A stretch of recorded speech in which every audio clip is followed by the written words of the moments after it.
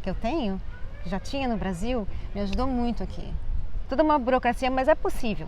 Sim. Acho que tem bastante oportunidade aqui. E o fato de ter também um poder aquisitivo mais alto também, né?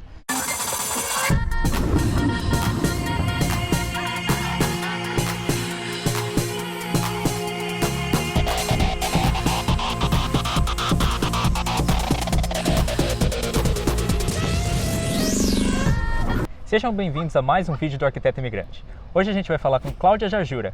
Ela é de São Paulo, formada pela Belas Artes, veio para a Austrália em 94 e o objetivo a princípio era só estudar Masters em Arquitetura e aprender um pouco mais de inglês. Mas ela acabou ficando e hoje ela tem o próprio negócio aqui na Austrália.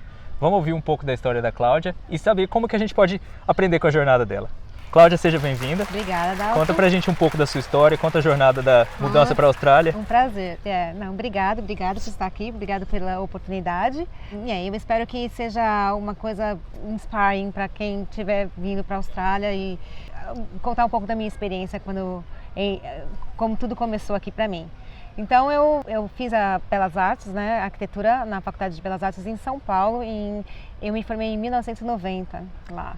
Aí depois disso eu trabalhei bastante com arquitetura lá no Brasil, tive bastante experiência lá com a parte de mainly hospitality, restaurantes, bares, essa parte toda do Brasil, de São Paulo, que é muito bom, por sinal.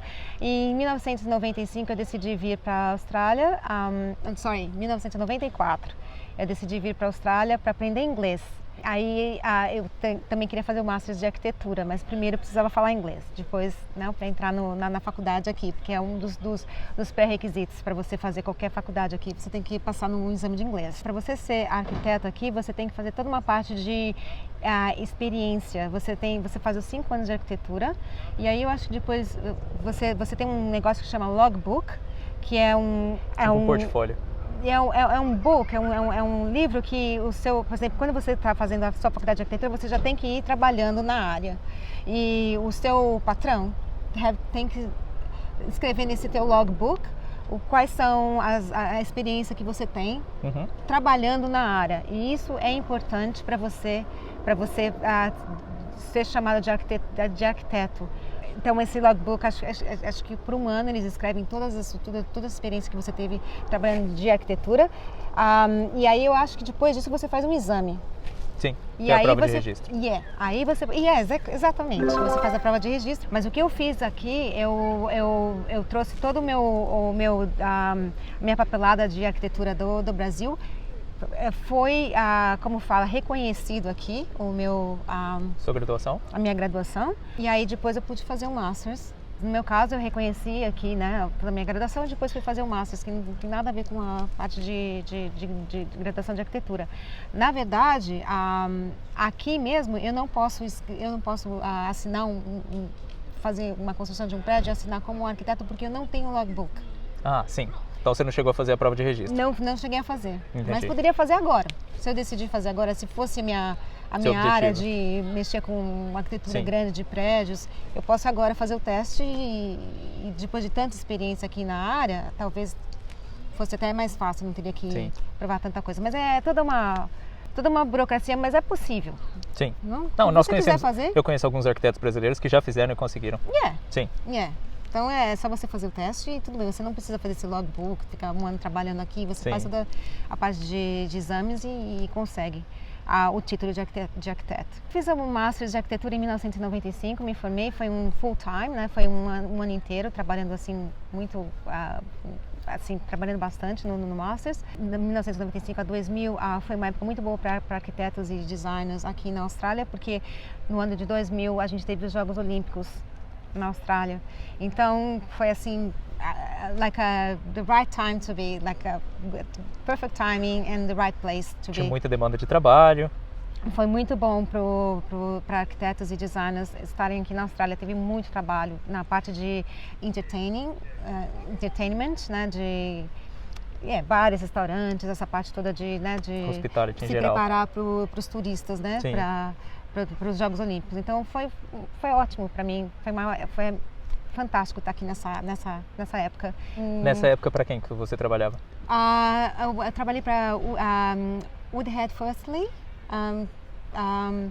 trabalhei fazendo master planning, trabalhei para uma empresa chamada Design Troop, que também fez toda a parte de, por exemplo, a IBM tinha bastante, muito pop-ups as well, sabe? Tipo quiosques. Quiosques para entertainment. Então, o Design Troop fazia muito essa parte toda de entertainment. Eu trabalhei com eles bastante na época. E foi assim que eu me estabilizei aqui, trabalhando, né? Montando meu portfólio aqui e aprendendo.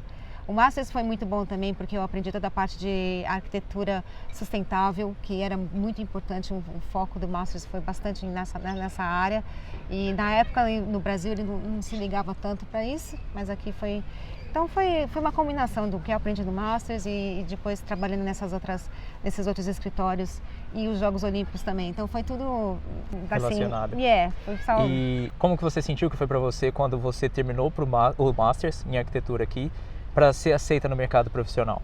Foi instantâneo. Quais foram as principais barreiras ou, enfim, o que você achou que foi mais vantajoso, o que te colocou na frente para conseguir uma primeira oportunidade?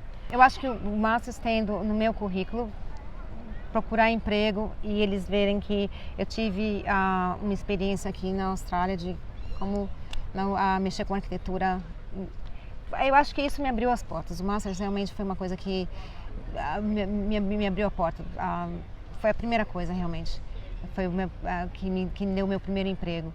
Eu acho que também a sua atitude também de você querer vir assim e querer aprender. E eu acho que na Austrália eles reconhecem quando você tem a vontade de aprender e trabalhar hard working, todas essas boas qualidades também, né? Que o meu inglês na época já era um inglês bom também, né? Me ajudou muito, né? Porque eu fiz um ano de inglês antes.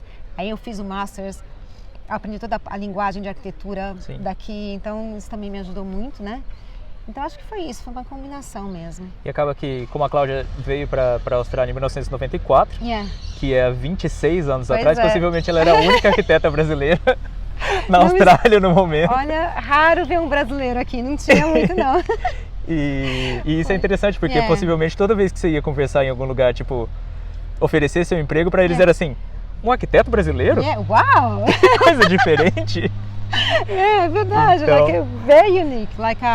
Não, mas eu vou te falar, eu não tive problemas mesmo, assim, o pessoal me acolheu, abriram as portas para mim, foi assim, não tive nenhum problema. Que coisa boa. Foi. E o que você acha que foram assim os principais pontos que te fizeram ser aceita no mercado? Eu acho que foi o inglês, ter um inglês bom, de você poder se comunicar com o resto do time no escritório, muito importante. Essencial. Saber um pouco porque eu fiz o Masters, um pouco da linguagem arquitetônica, como você apresenta um projeto aqui, como você, sabe, assim, tentar... eu acho que também isso abriram as portas também. E eu acho que é mesmo a sua atitude, não como pessoa de querer aprender e gostar de trabalhar em time. Eu acho que o brasileiro tem essas características, né? Com certeza. De teamwork, e aquela coisa de ajudar um ajuda o outro. Então acho que foi tudo isso mesmo que contribuiu com, né, iniciar aqui. Mas aí o que aconteceu aqui depois disso tudo, em 2001 eu tive minhas filhas, que são gêmeas. Duas de uma vez. Yes. E aqui na Austrália, para mulher, na época uma que a nossa família não está aqui para ajudar. E outra que a gente não tem aquela ajuda que a gente tem no Brasil tanto, né? Então você acaba meio se dedicando mesmo para a família, então você põe o seu trabalho meio que on hold, né, para criar os seus filhos. Então na época foi o que eu fiz, eu comecei a trabalhar em casa com arquitetura, então eu nunca parei. Sim. Foi aí que eu comecei a trabalhar em casa e montar a minha empresa em 2007, porque você tem que cuidar dos filhos e trabalhar ao mesmo tempo. Então tinha aquele lance de home office, né, na época, e foi do jeito que que eu continuei trabalhando em arquitetura. E aí eu montei o Jardura Design. Então hoje em dia você tem a sua própria empresa. Mas foi em Trabalha. decorrência de ter que Necessidade. criar as filhas, né? e também trabalhar ao mesmo tempo. Coisa boa. Então conta pra gente um pouco como é essa experiência de ter o seu próprio negócio aqui na Austrália. E quais foram as burocracias, quais foram as coisas que você enfrentou para começar seu próprio negócio aqui? Em 2007, quando eu comecei o meu negócio aqui no Brasil, os brasileiros estavam interessados na Austrália. E aí começou um fluxo de brasileiros vindo para cá. A maior parte do meu negócio aqui era voltado a sul-americanos e brasileiros vindo para cá montando um negócio aqui. Então, na época, eu lembro que teve um grupo Seus clientes eram muito brasileiros. Que interessante. Olha brasileiros e sul-americanos. E aí, a arquiteta que é brasileira, então, né? Então era eu. Então, eu também fazia parte da Câmara do Comércio Brasil-Austrália, então tinha todo aquele lance de as conexões com as pessoas chegando. Meu ponto de diferença era ser essa arquiteta estrangeira, né, do Brasil. Sim. E ter todo o flavor, né, do brasileiro, sul-americano, porque a gente traz um pouco da nossa cultura. Com certeza, com né? certeza. Então, nosso background em design. Com certeza. Então, então tinha gente assim, montando cafés brasileiros aqui, montando restaurantes brasileiros. Teve uma empresa de sapatos que veio vender sapato aqui e eles fizeram ao mesmo tempo 5 lojas. Nossa. As 5 lojas eram em Sydney. E eu fui a arquiteta que fez, né, que fez toda a parte de lojas. Então esse lado de hospitality e retail que eu tenho, que já tinha no Brasil, me ajudou muito aqui. Que coisa montar boa. essas coisas, né, para brasileiros. É interessante que a gente vê bastante diferença entre o nosso background, a gente trazendo esse nosso background de design, como que a gente tem muito mais a questão das cores e a questão a gente tenta fazer uma coisa muito mais criativa quando a gente fala de design, e quando a gente traz isso aqui para a Austrália e tenta fazer um blend com o mercado local, às vezes saem uns projetos muito interessantes, né? Eu acho que o Brasil ainda é visto aqui na Austrália como um país exótico, um país que tem uma dinâmica diferente, por exemplo, o uso das cores, que é uma coisa que acho que a gente sabe fazer. Não só cores, né? Cores e patterns, eu diria. Colors and textures. Eu acho que a gente é mais assim, mais aberto também, assim, de... Ousado. Ousado, exatamente. É sabe? verdade. De explorar e de criatividade que a gente aprendeu lá na nossa terra, né? Com toda a nossa cultura. A cultura do Brasil é uma cultura super rica, né? Sim, com certeza. Então, trazer isso para cá é uma coisa muito exótica aqui. Você vê, as pessoas gostam da nossa música aqui, as pessoas gostam da nossa comida, de quem a gente é. Sim, com certeza. Aliás, australiano e brasileiro tem tanta coisa em comum, né? É verdade. Essa coisa mais casual, essa coisa, né, de os dois países terem sido colonizados e terem essa diferença com... Nós somos a versão mais casual, nós somos a versão mais despojada. E eles também são assim. Eu tenho essa sensação, realmente.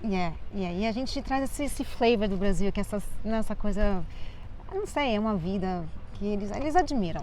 Eu acho que eles veem a gente com, sei lá, com uma coisa mais exótica, diferente, more... Eles abraçam isso. Lively, E hoje em dia? Como que tá hoje em dia? Lógico, hoje a gente tem todos os impactos da pandemia do Covid, do coronavírus, né? Então, eu diria que não é uma situação típica. Boa, não. Mas antes da pandemia, como que você vê o mercado hoje para interior design, para quem tem o próprio negócio em interior design aqui na Austrália? Eu acho que aqui é uma coisa que tem campo, muito campo. Você vê, né, aqui tem um poder aquisitivo um pouco mais alto também. Então, eu acho que essa parte de hospitality está sempre abrindo muito aqui. A Austrália tem ainda muita coisa para fazer a nível de hospitality as well. Porque eles têm um lado mais conservador. Eu acho que agora eles estão se abrindo mais para tudo, uma coisa mais assim, diferente, abraçando mais as culturas.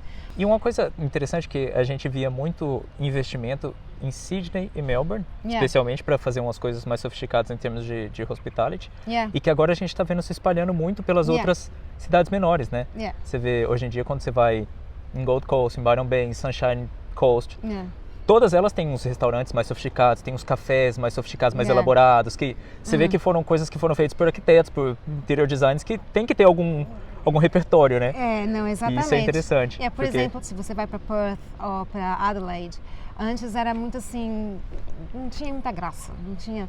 Mas agora tem toda essa parte de, por exemplo, de wineries, né, do wine, do vinho em Adelaide. Isso traz os restaurantes, trazem os bares, Sim. trazem. Mas o público muda, né? Yeah. Eu acho que a Austrália tem um lance muito legal aqui também de abraçar culturas diferentes. Então, porque você vê, aqui você vê restaurantes de comidas de todos os lugares Você do dá uma mundo, volta ao right? mundo andando numa rua, né? E as pessoas abraçam, não, eles Sim. gostam dessa coisa diferente também, né? De abraçar culturas diferentes, né? Eu acho que aqui na Austrália você tem que mostrar, assim, que você tá a fim de crescer realmente, que você está disposto realmente a crescer, ou que você tem integridade, muito importante, e transparente, e querer, sabe, ajudar e trabalhar, e acho que aí as portas se abrem para você. Eu acho que tem bastante oportunidade aqui. E o fato de ter também um poder aquisitivo mais alto também, né?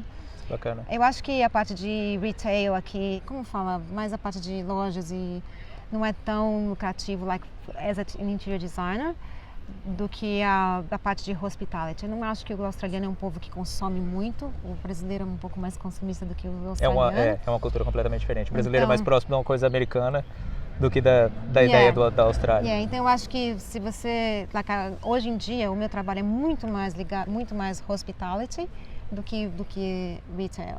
Bacana. Então, eu acho que tem que vir para cá e entender um pouco da cultura daqui, o que oferece aqui, né? A parte de, por exemplo, de clubs, que também tem esse lance de... É uma coisa super interessante, que esse era um dos principais tipos de serviço que eu tinha no meu trabalho passado. A parte de renovação dos clubes. Yeah. E eu não entendia muito bem o que eram os clubes, porque não é uma cultura que a gente tem no Brasil, né? O que a gente chama de, tipo, um clube de vizinhança, na realidade, né? E é uma coisa muito forte aqui, né? Porque, assim, é onde toda a vizinhança vai e tem... Enfim, tem muito cassino na Austrália, né? Então, todos esses clubes, eles têm aquelas maquininhas de jogos e aquilo acaba gerando muito dinheiro para eles. Então, eles acabam investindo muito na parte de visual, tanto do food court ali, da praça de alimentação, e em todo o entorno. E isso dá, enfim, tem muito campo, muita área para atuação nisso aí, isso é bem legal.